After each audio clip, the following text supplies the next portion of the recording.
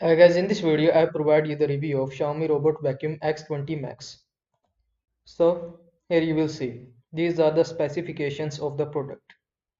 Here you will see the product name, product model number, and dimensions, rated power. The rated power should be 55 volt. Rated voltage, this. Charging voltage, this.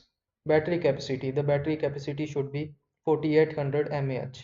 Rated capacity and 5200 mAh. Nominal capacity. The main unit net weight is 3.9 kg. This is the Omni station features. As you can see, this is the station model, this is the rated input, this is the rated output and station size. So here you will see the people reviews about this product. Here you will see people provide their opinion and reviews regarding this.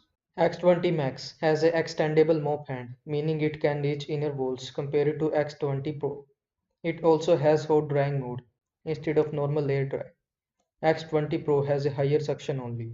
All-in-one base station with hot air drying is written on the Xiaomi website for the X20 Pro, so it dries with hot air like the X20 Max.